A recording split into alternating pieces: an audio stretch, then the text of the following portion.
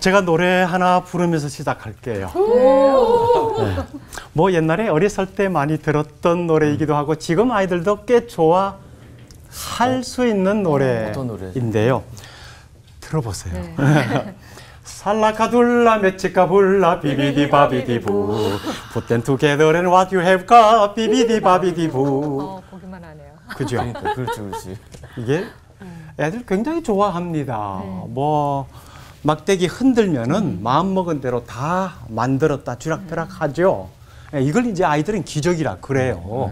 그러니까 아이들 환상 속에는 야, 나도 저런 막대기 하나 가지고 기적을 행하는 사람으로 한번 살고 싶다 하는 그런 생각도 가지게 되는데, 살면서 누구나 어렵고 막다른 골목에 처하게 되면은 야, 한번 좀 기대해 보는 것이 여기서 기적이 일어날 수 있다면 이런 생각들이죠. 근데 또 이게 누구에게나 일어나는 건 아니죠.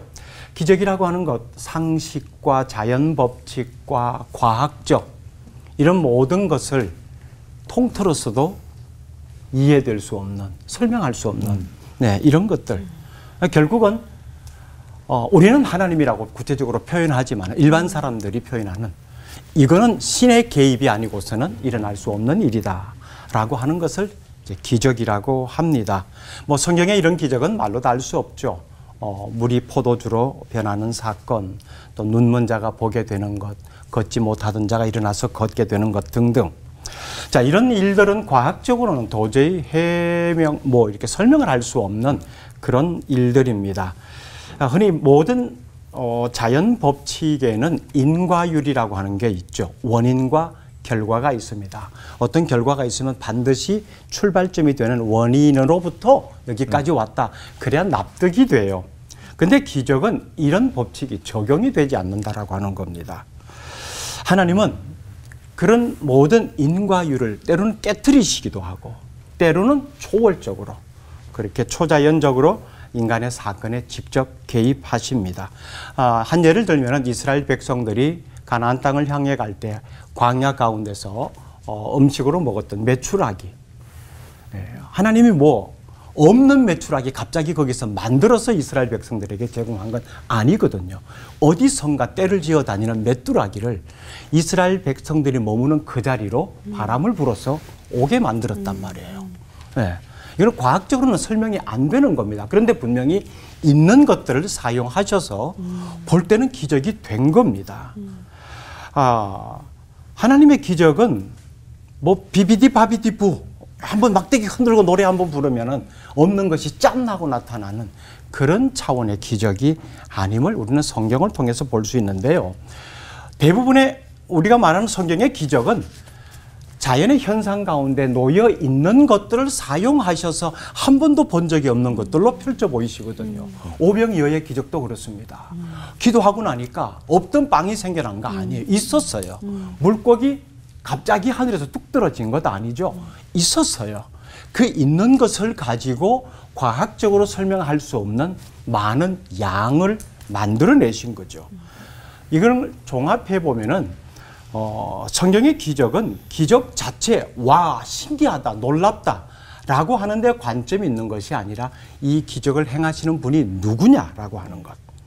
그러니까 기적을 행하시는 주체에 대한 정체성을 분명히 드러내고자 하는 경우가 참 많습니다. 한 번은 제자들이 배를 타고 가는데 바람이 불었죠. 놀랐습니다. 그런데 예수님이 그 풍랑이는 바다 위로 저벅저벅 걸어오셨어요. 이건 굉장히 놀라운 일입니다.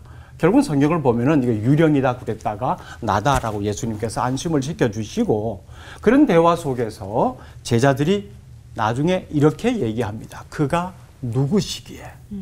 결국 설명할 수 없는, 자연 법칙으로는 도저히 이해할 수 없는 이 현상의 주인공이 누구냐는 겁니다. 이걸 성경은 가르치고 있는 겁니다. 그가 예수 그리스도다. 그분의 능력이 어떠한가 하는 것을 한 단편적인 예로 그런 상황 속에서 나타나신 거죠. 결국은 하나님이 행하시는 기적, 참 이런 다양한 방법으로 많이 나타나지는데 가장 우리를 놀라게 한 것은 예수 그리스도가 구세주가 된다는 것. 이거 이성적으로 이해되는 건가요? 믿음이잖아요. 믿음은 이성으로 이해되지 않는 것을 받아들이는 겁니다. 우리가 다 받아들입니다. 이거 기적이거든요. 그러니까 우리는 지금 최대의 기적 속에 살고 있다라고 당연히 그렇게 말할 수 있는 겁니다. 기적. 계속해서 말씀을 통해서 한 번 더 깊은 이해를 가져보지요. 기도하겠습니다. 하나님, 우리에게 신기하고 놀라운 일들이 벌어질 때마다 기적이라고 합니다. 단순히 입을 벌려서 감탄하는 것에서 끝나지 아니하고 왜 이 기적이 내 앞에 나타났는지, 이 기적을 통해서 내가 깨달아야 하는 메시지가 무엇인지를 분명히 알 수 있는 지혜를 주시옵소서. 아멘. 예수님 이름으로 기도드립니다. 아멘. 아멘. 그 이스라엘 백성들이 홍해를 건넜던 그런 기적도 봤고 10가지 재앙의 기적도 있었고 샘물이 터지는 만나 메추라기 기적, 어마어마한 기적이 있었는데 이스라엘 백성들 사실 하나님을 계속 신뢰를 못 하잖아요. 그러니까 하나님에 대한 믿음을 깨는 경우가 되게 많았잖아요. 마찬가지로 저희도 사실은 이게 우리가 성경에서 막 이스라엘 백성들이 이랬어가 아니라 우리도 그 감격을 잊을 때가 종종 있거든요. 그럼에도 불구하고 하나님은 계속 기적을 여러 삶 속에서 베풀고 계시는데 그 이유가 좀 궁금해요. 어떤 일을 또 어떤 말씀을 하시고자 하시는 게 있으셔서 이렇게 하시는 건가. 그게 좀 궁금한 부분들이 있어요.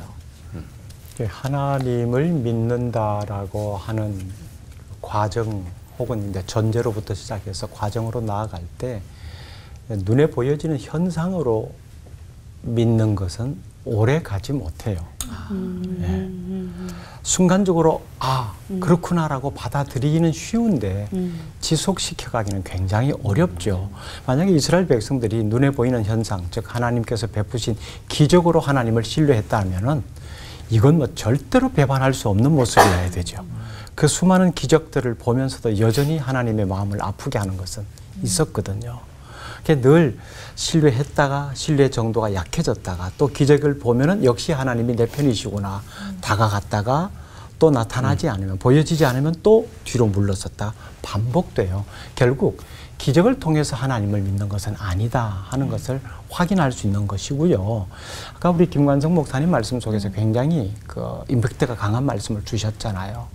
기적의 또 다른 의미 중에 하나가 고난 가운데서도 하나님과의 관계, 이 삶의 자리를 포기하지 않고 그분을 바라보는 것. 결국 이런 보여지는 하나님께서 베푸시는 기적 이런 것들을 보면서 하나님께서 원하시는 것은 이것이 아니어도 신뢰를 할 수 있는 이 마음을 가지기를 원하시거든요. 근데 인간 편에서 그게 굉장히 좀 교만도 들어있고 현상이 나타나지 않으면 왠지 불안해하는 이게 아주 강하잖아요. 뭔가 보여져야 마음에 놓여지는 것들이 있기 때문에 이스라엘 백성들이 그렇게 많이 하나님의 마음을 아프게 하는 것이 반복됨에도 불구하고 결국 그 관계를 지속시켜 가시기 위해서 또다시 보여주시고 또다시 보여주시고 하잖아요. 하나님 편에서는 포기하지 않는데 우리 인간의 어리석음으로 인해서 이것이 자꾸 반복되어서 나타나질 수밖에 없는 그래서 그래 그렇게라도 지속시켜 나갈 수 있다면 내가 또 한 번 보여주지 라고 하는 것이 많지 않을까. 만약에 그 한두 번으로 보여줘 그래도 못 믿겠느냐, 나 더 이상 보여줄 것이 없어, 아니면 안 보여줄래라고 끊어버리면 이 인간 편에서는 하나님을 신뢰하는 것이 정말 약화될 수 있거든요. 그래서 참 답답한 마음을 가지고 계심에도 불구하고 이걸 또 하나 보여주시고 뭐 흔히 말하는 기적이라고 하는 병도 낫게 해주시고 신기한 일도 보게 하시고 그런 차원으로 가는 거죠. 결국 이것이 없어도 아까 김 목사님 말씀하신 대로 고난의 현장 속에서 하나님을 계속 바라볼 수 있는 이것을 진짜 하나님이 원하시는 것이고 그걸 기적으로 받아들일 때까지 이 모습은 지속시켜 가지 않을까. 그렇게 한번 생각해 봅니다.